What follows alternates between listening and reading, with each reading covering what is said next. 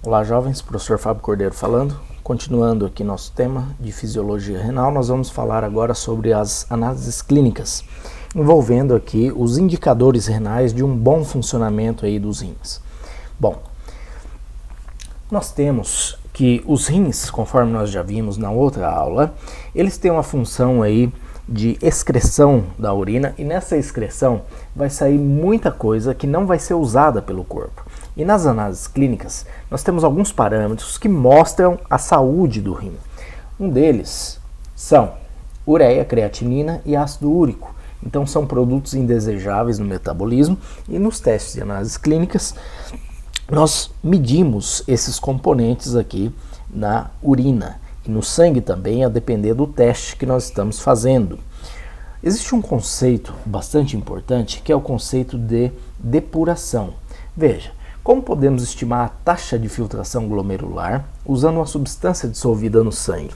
Então, é de bastante interesse a gente comparar, ver a taxa que tem no sangue desse composto, ver o quanto que tem na urina e medir aí, por parâmetros que se conhece, a taxa de filtração glomerular. O quanto, se o rim está funcionando a contento, se está funcionando da maneira que deveria. Existe um conceito chamado de clearance ou depuração. Clearance quer dizer depuração.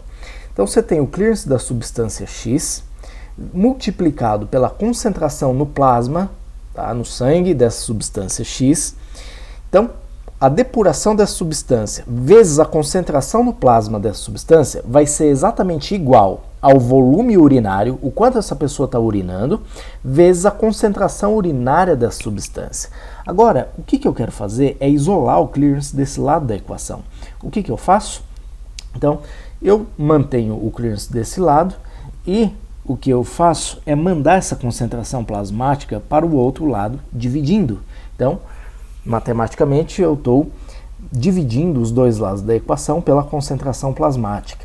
E aí eu isolo o clearance da substância X, que nada mais, nada menos é do que o volume que a pessoa está urinando, vezes a concentração urinária dessa substância X, o quanto que tem dela na urina, dividido pela concentração plasmática, o quanto tem dela no sangue. Então, veja bem, vamos refletir um pouco aqui sobre essa equação. O quanto que essa substância está sendo depurada tem a ver com o quanto que tem dela na urina, dividido pelo quanto tem dela no plasma, vezes o volume urinário. Se eu tenho muito dessa substância na urina, tá, isso quer dizer, certo, comparado com a do plasma, se eu tenho uma taxa bastante elevada na urina, quer dizer que eu estou tendo uma bastante depuração, uma depuração bem grande dessa substância. Agora, se eu tenho muito no plasma, tá, mais do que deveria ter, e tem uma concentração ali qualquer na urina, então quer dizer que aqui embaixo, um número maior aqui embaixo, faz com que esse resultado ele seja menor. E isso, tá, vai diminuir o clearance ou a depuração. Então, é isso que significa essa fórmula aqui. E nós vamos ver melhor um pouco dela. Veja, então nós temos o clearance renal de uma substância, que é a quantidade de sangue ou plasma limpo ou depurado de uma determinada substância por unidade de tempo.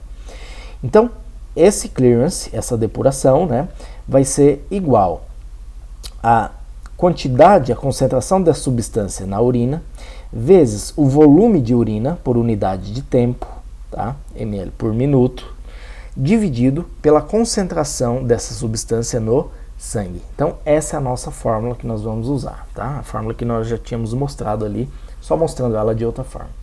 O tamanho do rim e a taxa de filtração glomerular são proporcionais ao tamanho do corpo. Então, por convenção, ajusta-se a estimativa de clearance para uma área corporal de 1,73 metros quadrados. Então, isso aqui, esse fator, nós vamos ver nas fórmulas de depuração, de clearance. Então, é um ajuste, tá, a estimativa de clearance para essa área corporal, uma área de 1,73 metros quadrados. Bom, e aí nós vamos falar da creatinina. Veja, o que é a creatinina? Primeiro, a creatinina ela tem uma importância clínica muito interessante, porque ela é uma concentração plasmática e urinária são utilizados como marcadores da taxa de filtração glomerular, de o quanto está sendo filtrado pelo glomérulo, se os rins estão funcionando bem. Então, nós usamos o quanto de creatinina que eu tenho no plasma e na urina como um fator aí de averiguação dessa saúde renal. Creatinina é produzida endogenamente, tá, dentro do corpo e liberada nos fluidos corporais a uma taxa constante, ok? Então isso é muito importante, ela é liberada a uma taxa constante. Então, se eu tenho muito no plasma, no sangue, e pouco na urina, quer dizer que não está havendo uma filtragem correta, okay? Porque uma vez que ela é feita a uma taxa constante. E sua concentração plasmática é mantida pela filtração glomerular. Exatamente. Então, esse é o ponto. Por isso que a creatinina é usado aí como um exame clínico de relevância para mostrar a saúde renal. Concentração de creatinina é afetada por idade, sexo, exercício, certas drogas, massa muscular, estado nutricional e também pela ingestão de carne. Por que isso tudo? Pelo seguinte, olha só, da onde vem a creatinina, afinal de contas? Nós temos aqui arginina e glicina, que são 2 aminoácidos. Aminoácidos são os componentes das proteínas, tá? Então, por isso que tem a ver a ingestão de carne, massa muscular, idade, etc. Tudo tem a ver com a quantidade de creatinina. Esses 2 caras aqui podem se juntar, tá, por algumas enzimas e formar aqui o guanidino acetato. E outra enzima converte esse guanidino acetato, tá, em creatina. Essa creatina, meu povo, ela pode ser fosforilada. O que é a fosforilada? O ATP, ele doa um grupamento fosfato para a creatina. E agora ela é a creatina fosfato. Tá? E a creatina fosfato também pode voltar a ser creatina. Creatina fosfato, ela é usada pelos músculos. É uma fonte rápida de ATP para o músculo, de energia química para o músculo. Então, creatina fosfato é bastante importante. Agora, quando você perde um fosfato, essa creatina fosfato perde um fosfato, ou a creatina, ela perde uma molécula de água, ela pode ser convertida em creatinina. E a creatinina está aqui, né? Então, aqui está a creatina, aqui está a creatina com fosfato, essa é a diferença. E aqui nós temos a creatinina, que tem uma forma circularizada comparada às outras. Tá? Então a creatinina ela é expelida, eliminada pelos nossos rins lá na urina. Bom, e aí nós temos alguns métodos para determinar a creatinina. Tá? Nós temos métodos químicos, que é a reação da creatinina com o íon picrato em meio alcalino, resultando em um complexo avermelhado, uma reação de Jaffe, e apresenta falta de especificidade, contaminação por ácido ascórbico, piruvato, glicose, proteína e guanidina. Mas é um teste bastante usado para averiguar a quantidade de creatinina no sangue e na urina. Por exemplo, veja bem, aqui eu estou mostrando para vocês agora a bula, tá? O protocolo que a gente usa para fazer o teste da creatinina.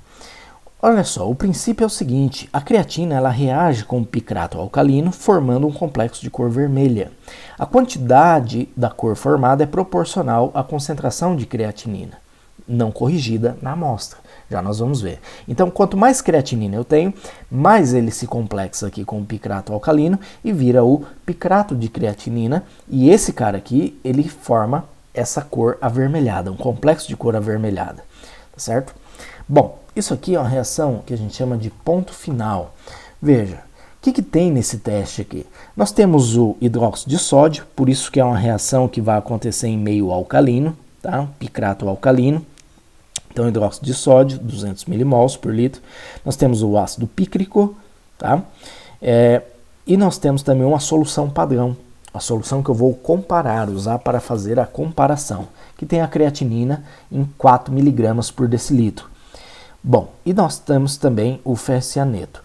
Olha só, como que acontece essa reação? O que nós precisamos? Do espectrofotômetro, tá? De pipetas e um cronômetro. Veja, nós precisamos de uma amostra de soro ou de plasma, né? E também de urina de 24 horas, que a pessoa ela acumulou por 24 horas. É um teste de urina e eu preciso da quantidade de urina de 24 horas ali dessa pessoa para que a gente possa fazer um teste robusto. Bom, e aí você extrai o sangue e tem a urina ali que o paciente coletou por 24 horas, ele ficou coletando aquela urina. E aí, o que se faz? Você... Aí o teste aqui fala de interferências, né, de proteínas presentes na amostra, que pode ter uma interferência positiva, por isso que a gente faz uma correção aqui. E aí, o que eu quero mostrar para vocês é que você faz o preparo ali do picrato alcalino, tá? E o procedimento é o seguinte: na urina, faz uma diluição da urina de 1 para 25. Então, 1 ml de urina para 24 de água, né? Então, a diluição de 1 para 25, ou 0,2 ml de urina e 4,8 ml de água. Também é a diluição 1 para 25. E aí, claro, depois, multiplica esse resultado por 25, tá? Outro ponto, o que se faz no procedimento direto? Ajusta o espectrofotômetro para 0, né, em 510 nanômetros, com água. Adiciona 0,10 ml do padrão, ou amostra, a 1 ml do picrato alcalino. Mistura e aspira imediatamente para a cubeta. Dispara o cronômetro e mede a absorvância aos 30 e 90 segundos. Então, isso aqui é bastante importante. Você faz isso para zerar o espectrofotômetro, tá? O que tem nesse zero aqui do espectrofotômetro? Nós temos somente água, tá? E o picrato alcalino. E também o padrão, você tem 0,10 do padrão e 1 ml do picrato alcalino. Isso aqui você mistura no padrão, quando você vai usar o padrão, você mistura o picrato alcalino com o padrão, que o padrão nada mais é do que uma quantidade conhecida de creatinina, tá? É para isso que a gente usa um padrão. E aí você mede, depois de 30 segundos, a absorvância e depois de 90 segundos. Coloca lá e espera dar 30 segundos, anota a absorvância e depois de 90 segundos anota a absorvância também, tá? Você pode fazer o procedimento direto, então isso aqui é para o padrão, ou com a amostra, a mesma coisa, tá? Pega a amostra do sangue ou da urina ali, mistura com 1 ml do picrato alcalino, coloca lá no espectrofotômetro, 30 segundos depois mede a absorvância e 90 segundos depois a mesma coisa, anota lá a absorvância. O branco aqui é para zerar o espectrofotômetro, conforme a gente viu na aula de espectrofotometria.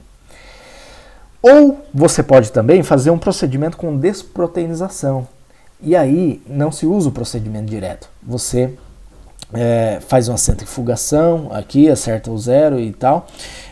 Na verdade, você faz centrifugações para eliminar proteínas dissolvidas ali no plasma. Mas daí você não aplica um índice de correção. Mas geralmente o que a gente faz é o seguinte: faz o procedimento direto e depois aplica o índice de correção. O que se trata o índice de correção? Bom, e aí a gente vai para o cálculo, que é o ΔA, a variação de absorvância do teste. Então você tem uma absorvância de 90 segundos menos a absorvância de 30 segundos, que você anotou lá. Então a creatinina não corrigida é isso, ó. Você tem a absorvância do teste, tá, dividido pela absorvância do padrão vezes a concentração do padrão. Essa formulazinha aqui, ela veio de uma regra de 3, onde, segundo a lei de Lambert-Beer, nos diz que a absorvância de um teste de espectrofotometria, ela é diretamente proporcional à concentração daquela amostra. Então, nós temos que a absorvância do meu teste estará diretamente proporcional, estará para a concentração do que eu tenho ali no teste de creatinina no meu sangue ou na urina, assim como a absorvância do padrão estará proporcional para a quantidade da creatinina que eu tenho ali no padrão. Então isso aqui é uma regra de 3, só que eu isolei a creatinina de um lado da igualdade e aí fica assim, ó, a variação da absorvância do teste, que nada mais é do que a absorvância em 90 segundos menos a absorvância de 30 segundos, dividido pelo delta da absorvância do padrão, que é a absorvância de 90 segundos menos a de 30 segundos do padrão, vezes a concentração do padrão, que é de 4 miligramas por decilitro. Essa é a concentração do padrão. Bom, Depois disso, aplica-se um índice de correção, onde você tira 0,25 miligramas por decilitro.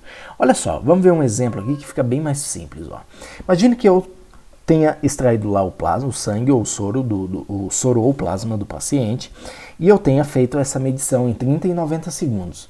Em 30 segundos deu 0,118 de absorvância, em 90 segundos deu 0,130, no padrão deu 0,092 a absorvância de 30 segundos e 0,139 na absorvância de 90 segundos. O que eu faço para saber a quantidade de creatinina que eu tenho nessa amostra?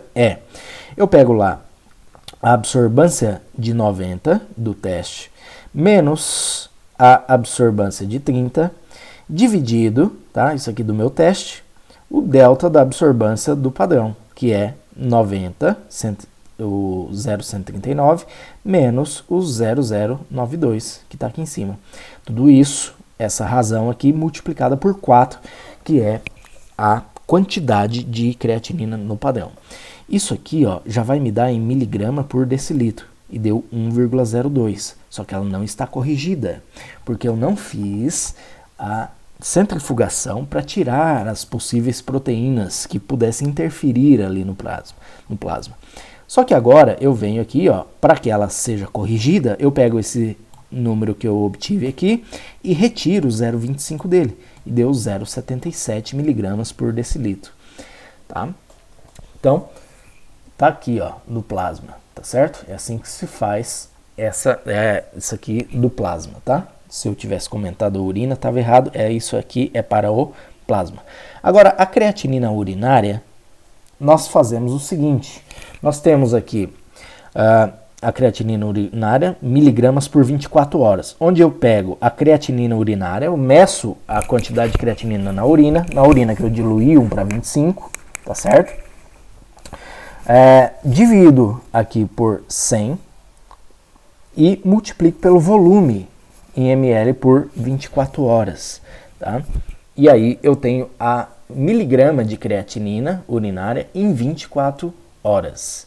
E se eu quiser que eu obter aqui a quantidade de creatinina miligramas por quilo corporal, eu pego essa miligrama de 24 horas que eu obtive aqui e divido pelo peso corporal da pessoa, tá certo? Então, é assim que a gente faz, tá? Esse teste de creatinina no soro e na urina, ok? Muito bem. Agora, quando a gente fala de depuração, veja, depuração seria a quantidade que eu obtive na urina dividido pela quantidade do soro vezes o volume, tá, que a pessoa urinou, tá, em 24 horas. Só que daí eu divido esse volume médio aqui, ele é dividido por minutos que eu tenho nessas 24 horas. Então, você tem ali a creatinina da urina, que é dada em miligramas por decilitro, creatinina do soro, corrigido, né, miligramas por decilitro, e o volume por minuto aqui é o volume urinário de 24 horas, que vai estar em ml, dividido por 1440. Por que 1440? Porque é a quantidade de minutos que você tem em 24 horas, tá? E essa depuração ainda, ela é ajustada, né? Ela é corrigida para a superfície corporal do paciente, que é obtida através desse nomograma correlacionando peso, altura, ou usando essa equação abaixo aqui, ó. Tá? Onde você tem a superfície corporal em metros quadrados é igual ao peso elevado a 0,425 vezes a altura do indivíduo em centímetros, tá, elevado a 0,725 vezes 0,07184. Tá? E ainda a gente multiplica pelo valor de depuração por 1,73, certo? E divide pela superfície corporal do paciente. Um exemplo, para ficar claro, é o seguinte. Imagine que um paciente ele teve essa quantidade de creatinina na urina, 105 miligramas por decilitro. E aqui a quantidade de creatinina no soro, no sangue, de 0,95 miligramas por decilitro. Ele urinou em 24 horas esse volume aqui, ó, 1520 ml. E o volume por minuto seria esse 1520 dividido pela quantidade de minutos que eu tenho em 24 horas. Isso me dá 1,055 ml por minuto, ok? Então, beleza. E aí, como que eu vou fazer o cálculo aqui do clearance? Olha só, a fórmula é essa. A depuração é a quantidade que eu tenho na urina dividido pela quantidade do soro vezes o VM aqui, tá? Que é isso que eu obtive, ó, o volume por minuto, que é 1,005. E aí, eu faço o quê? Aqui a depuração, ó, quantidade que eu tenho na urina, quantidade que eu tenho no plasma, tá? Que é 0,95, vezes o volume por minuto. Isso me dá 116 ml por minuto, tá? De depuração de creatinina, 116 ml por minuto. Agora, se o peso do indivíduo é 60 quilos e a superfície corporal dele é 1,66 metros quadrados, e ele tem uma altura de 165 centímetros, ó, como que eu vou fazer a depuração corrigida? Você vai fazer isso aqui, vezes 1,73, tá? Que é aquela da fórmula que eu já tinha falado antes. Você divide aqui pela superfície corporal desse indivíduo. Essa superfície corporal você obteve por meio dessa fórmula aqui, ó, que é a superfície corporal, tá? Pegando o peso do indivíduo, que é 60 quilos, 60 elevado a 0,425 vezes a altura, que é 165 centímetros, elevado a 0,725 vezes isso aqui. Então, é esses 1,66. Quando eu faço essa continha aqui, ó, eu ajusto a quantidade de creatinina, eu corrijo isso. E aí fica 121 ml por minuto por 1,73 metros quadrados, tá? E aí, nós temos algumas taxas aqui que são o que é aceitável para esses exames, tá? Por exemplo, se eu tenho um adulto aqui, ó, mulheres, eu vou ter de miligramas por decilitro, tá? Isso aqui é a creatinina, né?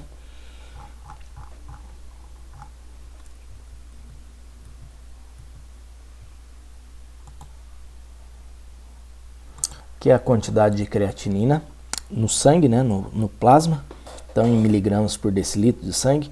Em mulheres adultas, tá, de 18 a 74 anos, ela varia de 0,53 a 1 miligrama por decilitro no plasma, no soro. E adultos, homens de 18 a 74 anos, de 0,7 a 1,2, tá, miligramas por decilitro. Na urina, de miligramas por quilo por 24 horas, mulheres têm que ter entre 16 e 22, tá, miligramas por quilo corporal em 24 horas, e os homens adultos de 21 a 26.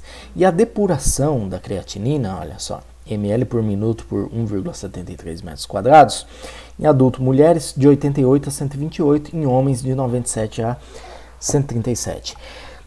Nesse nosso teste aqui, nós teríamos, né, índices normais, ó. 121 ml por minuto por 1,73 metros quadrados.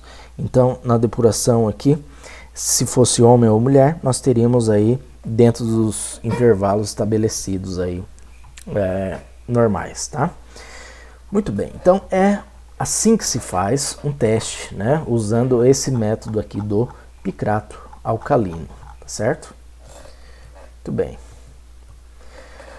Então, esse foi o teste do picrato alcalino. Você tem métodos enzimáticos também, onde você converte a creatinina em creatina, que é detectado por reações enzimáticas com monitoramento da absorbância a 340 nanômetros. Olha só, esse teste é esse aqui, da creatinina enzimática. Então, você tem a creatinina, que é convertida em creatina. Essa creatina, essa reação aqui é feita por essa creatinina amido-hidrolase, que é uma enzima. Essa creatina feita aqui nessa reação com água essa enzima, a creatina amido-hidrolase, ela produz sarcosina e ureia. Essa sarcosina mais água mais oxigênio, com outra enzima ainda, ela forma essa glicina, formaldeído e peróxido de hidrogênio. Esse peróxido de hidrogênio aqui, ele se une com a aminoantipirina, que é um substrato ali, que vai gerar cor depois que uma peroxidase faz essa reação. E aí gera a quinoneimina. E aí você tem um produto, tá, colorido aqui, que você é detectado aí esse produto de cor, tá certo? Então, é outra maneira de detectar a quantidade de creatinina numa amostra, tá? Então, quanto mais creatinina eu vou ter aqui, mais peróxido de hidrogênio eu vou ter gerado. E quanto mais peróxido de hidrogênio, mais vermelho vai ser minha reação. E eu vou medir essa absorbância em 546 nanômetros, tá? Então, é mais ou menos assim que é feito. E você tem espectrometria de massa, que é um método definitivo, tá?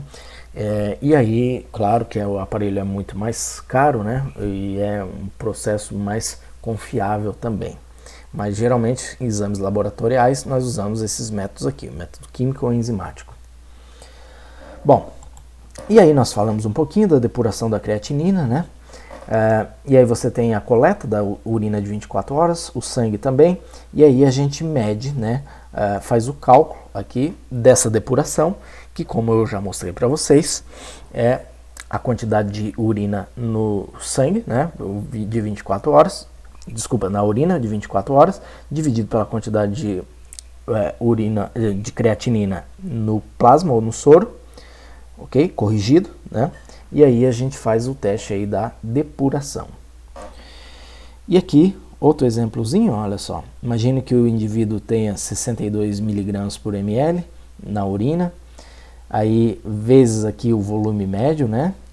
E o quanto que ele urinou em 24 horas, dividido pelos minutos que nós temos no dia, aqui a quantidade que foi achada no soro dele, e aí nós temos isso aqui que deu 58,8. Quando você corrige, né, você usa aquele método que eu mostrei também, onde a gente pega a depuração sem correção, vezes 1,73, isso sempre aparece, dividido pela superfície corporal do paciente, que depende do seu peso e da sua altura, tá certo? E aí nós temos geralmente um acréscimo aqui na quantidade comparada com o índice não corrigido. Beleza? Então tá aí, ó. Essa divisão por 100 aqui, quando nós vamos pegar a urina de 24 horas, né, é para fazer essa correção de decilitro para ml, tá? Uma vez que nós estamos usando aqui para ml essa correção, tá certo? Então tá aí. Isso aqui a gente já meio que tratou lá quando eu mostrei o protocolo, a bula ali para vocês.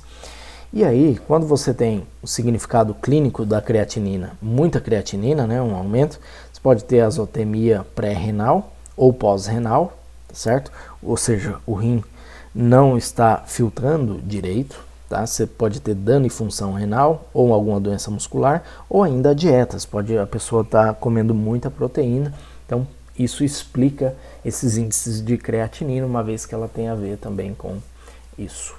Uma vez tem a ver com os aminoácidos ingeridos na dieta, tá?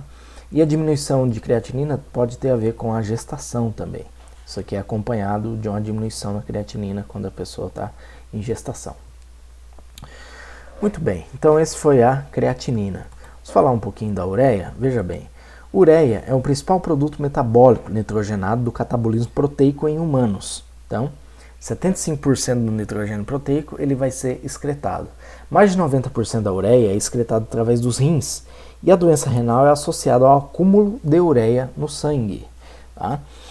Então, quando você tem ureia demais, então você tem aqui, você pode ter insuficiência renal, aí você tem um aumento da ureia, ou pode ter também a diminuição da ureia. O aumento da ureia tem a ver com azotenia pré-renal, azotemia pós-renal, aumento do catabolismo proteico ou diminuição da função renal. Então esses são indicativos aí da ureia, tá? E diminuição da ureia pode ter a ver com diurese acelerada, né? A pessoa está urinando bastante, a dieta, aumento do uso da proteína para a síntese, ok?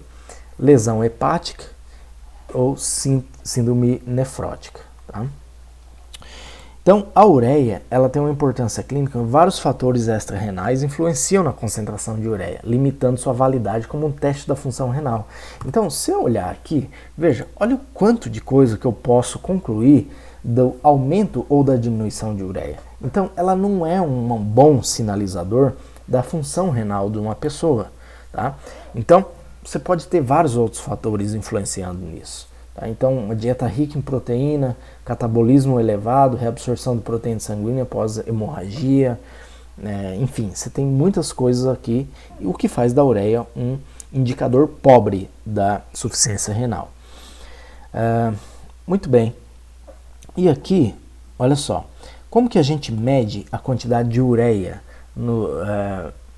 no sangue, por exemplo? Você tem a hidrólise da ureia com urease e medição do íon amônio formado. Então a ureia aqui, mais água, né? Aí você tem uma enzima chamada urease, ela faz com que a ureia ela seja quebrada, né? Ureia e água seja quebrada em amônia e CO2, ok? O CO3 aqui, né? E aí você tem também esse é um método indireto e você pode ter um método direto, que é a condensação da ureia com diacetil e formação de um cromogênio diazamina. Tá? Então você faz essa complexação com calor e aí você tem esse outro composto. Mas a gente usa geralmente a urease, tá? Em análises clínicas. Olha só, para a questão da ureia, aqui, olha, veja, nós temos a ureia, que converte mais água, né? A urease converte essa ureia e água em CO2 e NH3, tá? 2 moléculas de NH3. E aí, depois disso, nós vamos ter uma outra enzima, tá? Que é a glutamato desidrogenase, que ela vai pegar esse NH3 formado aqui, tá? E vai converter o cetoglutarato em glutamato. E pegando, né, esse NH3 e transferindo para o cetoglutarato. E aí vai formar o glutamato. Com isso, ela está oxidando esse NADH em NAD. E essa oxidação aqui, ela pode ser detectada, tá, em fotometria por ultravioleta, tá certo? Então esse acompanhamento aqui que a gente testa para ver como essa diminuição, quanto mais diminuída for, tá? Essa NADH sendo convertida em NAD, nicotinamina adenina de fosfato. Então ela capta, no caso ela doa esses prótons aqui para a reação acontecer, e essa variação ela é detectada em espectrofotometria de ultravioleta, tá? Em 340 nanômetros. Então, quanto mais ocorrer essa reaçãozinha aqui, isso quer dizer que mais ureia eu tinha no começo, tá certo? Beleza. E aí nós temos também o ácido úrico, tá? O ácido úrico é um principal produto do catabolismo de nucleosídeos purínicos, tá? Nucleosídeos purínicos seria a adenina e a guanina, tá, do DNA, e no metabolismo deles, adenosina e a guanina, né, a partir da degradação desses ácidos nucleicos. E aí você tem esse produto nitrogenado, ok? E o principal composto nitrogenado do excremento de répteis e pássaros, tá? E ele é encontrado em pequenas quantidades na urina de mamíferos, ok? E as fontes da dieta contribuem com menos da metade do ácido úrico produzido. Aí nós temos o seguinte, os significados clínicos aqui desse ácido úrico. Se você tem um aumento do ácido úrico, nós temos algumas doenças, por exemplo, que é chamado a gota. Tá? A dieta também influencia nesse aumento do ácido úrico, drogas, pode ter uma miscelânea de outras coisas, acidose metabólica, insuficiência renal ou destruição aumentada de nucleoproteínas. Então nós temos vários fatores aqui que podem contribuir para o aumento do ácido úrico. E a diminuição do ácido úrico pode ser causada também por drogas, por neoplasia, xantinúria, doença celíaca, acromegalia, síndrome de Fanconi, doença de... Ou seja, também é um marcador complicado para a gente usar para doenças renais, para insuficiência renal, uma vez que pode ser multifatorial aqui os seus aumentos ou diminuições, tá? Então, para dosar o ácido úrico, aqui nós temos o fundamento, ó. Você tem o ácido úrico mais oxigênio mais água, e aí você tem uma enzima, a uricase oxidase, vai gerar a lantoína mais peróxido de hidrogênio mais CO2. Esse peróxido de hidrogênio formado aqui, ele é complexado com essa aminoantipirina, tá? Mais o diclorofenol sulfanato, e aí nós temos a peroxidase fazendo essa reação acontecer. E aí nós vamos ter um aumento aqui da antipirilquinonemina, tá? De cor avermelhada. Esse cara aqui não tem cor, já quando você tem uma grande quantidade de peróxido de hidrogênio, mais isso aqui, você vai ter agora um outro composto que é colorido. E aí a gente mede isso pela espectrofotometria, tá? Em 520 nanômetros, onde eu vou medir a absorvância, tá certo? Quer dizer que quanto mais vermelho vai estar a minha reação, o meu tubo ali de ensaio, quer dizer que mais ácido úrico eu tinha no início, ok? Beleza. Então, ácido úrico, olha só, tá aqui. Então, o ácido úrico, né, mais água, mais oxigênio, a uricase ela converte em alantoína, né, CO2 e peróxido de hidrogênio. E agora o peróxido de hidrogênio é pego para a próxima reação pela peroxidase, formando esse antipirilquinonamina, que é de cor avermelhada, tá? E aí nós temos essa reação que faz com que aconteça, e aí eu meço, uso, claro, né, uma amostra, o padrão, o reagente de trabalho, tá certo? E aí eu preciso do branco para zerar o espectrofotômetro. Aqui é o teste, né, a amostra que eu estou testando. E o padrão, que é a quantidade conhecida, para que eu faça a comparação usando a lei de Lambert-Beer, ok? Tá aqui a fórmula que é a mesma, né? A absorvância do teste dividido pela absorvância do padrão vezes a concentração do padrão. Muito bem, jovens. E, para fechar, nós temos as proteinúrias, tá? Veja, a permeabilidade glomerular e reabsorção tubular controla a quantidade de proteína excretada na urina. Então, você tem a camada endotelial ali, que vai gerar o filtrado glomerular, ele tende a evitar a passagem de proteínas para o filtrado glomerular. Só que pode acontecer, tá? Caso você tenha alguma lesão, você pode ter essa passagem de proteínas. Então você tem uma membrana basal ali que é carregada negativamente, tá? Que vai repelir as proteínas ali que geralmente tem uma carga negativa. E isso restringe, tá? E a barreira celular também vai restringir a passagem de acordo com o tamanho molecular, carga iônica, líquida e a forma. Bom, e aí nós temos o seguinte: proteinúria é o aumento da excreção urinária de proteína, que é causado por aumento do sangue filtrado, aumento da concentração circulante de proteínas de baixo peso molecular, redução da capacidade de absorção e reabsorção renal, tá? E a proteinúria acima de 300 mg por dia geralmente é patológica, é um problema, é um sinal de alerta, algo não está certo. Veja, aqui, olha só, nós temos algumas proteínas, o tamanho delas aqui, que é dado em kilodalton, tá? Cada Dalton aqui é 1/12 de um átomo de carbono. Então, isso aqui é o tamanho delas em kilodalton. Veja bem, você tem algumas proteínas, por exemplo, a albumina, olha. Eu tenho 40 gramas por litro dela no plasma, tá? 40 gramas de albumina por litro de plasma. Ela tem um diâmetro de 3,5 nanômetros, tá? Um ponto isoelétrico de 4,7. Aqui um coeficiente de triagem glomerular, tá? A carga filtrada, concentração urinária, tá? 5 miligramas por litro. Ou seja, nesse caso aqui, você tem, olha a quantidade que eu tenho no plasma livre, tá? Você tem uma taxa de filtragem, aqui uma carga filtrada de miligramas por litro, então eu tenho 8 miligramas por litro dela, e aqui você tem uma concentração urinária em miligramas por litro, e 99% dela vai ser reabsorvida. No geral, eu tenho as proteínas sendo 99% delas são reabsorvidas, elas não vão para a urina, tá certo? E aí, nós temos o seguinte, aqui. Tá, só uma coisa. Esse coeficiente aqui, ó, de filtragem glomerular, tá? Coeficiente de triagem glomerular, que é livremente filtrada, é 1. Isso quer dizer que ele passa direto. Aqui tem um de 1, passa direto. Mas nesse caso aqui, ó, 0,002 é muito pequena, 0,002 é muito pequena, então ela vai ser, a maioria vai ser reabsorvida, tá certo? Então é isso que nós temos. Muito bem. E aí, as consequências da proteinúria. Acúmulo de proteínas no lúmen tubular pode provocar reação inflamatória, aumento de lesão estrutural intersticial, expansão e progressão, de insuficiência renal. Isso quer dizer que o rim não está reabsorvendo direito essas proteínas ou não está sendo barradas ali já no filtrado glomerular. Lesão às células mesangiais, levando à glomerulosclerose. E a proteinúria é um potente marcador de risco para a progressão de insuficiência renal. Tá?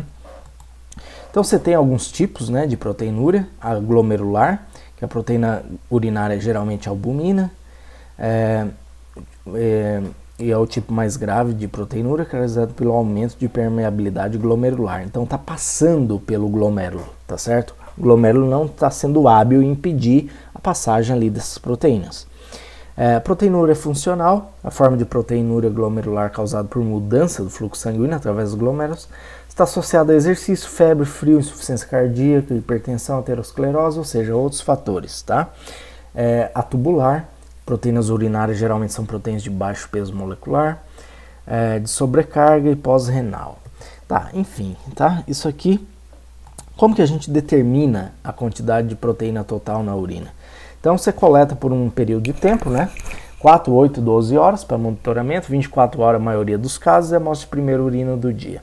Então você faz um teste em tira de papel a partir de indicadores tamponados, que você mede a quantidade de proteína que tem ali, semi-quantitativo, tá? Você tem um método biureto. Biureto é um complexo de cor que quando você aplica em proteína precipitada ali com ácido, né, ou por filtração, e aí você vai ter um aumento proporcional da cor. Quanto mais proteína, mais cor, mais violeta vai ficar, então é quantitativo. E os métodos turbidimétricos, ok? De ligação a corante. Tá? Turbidimétrico tem a ver com turbidez e eletroforese, que é uma maneira muito eficaz também, que é onde você corre a proteína num gel, usando ali um campo elétrico para separar as proteínas pelo seu tamanho, tá? E aí você faz por eletroforese, também é possível fazer essa determinação usando, claro, um marcador que você consegue comparar. Muito bem, então seria isso, ok? Falei de alguns principais testes para avaliação da nossa querida suficiência renal, da saúde dos nossos rins. Muito bem.